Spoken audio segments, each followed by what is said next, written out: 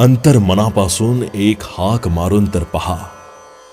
बघ मी नक्कीच तुझ्या पाठीशी उभा असेल. शोधू नकोस इकडे तिकडे, एकदा स्वतःच झाकून पहा.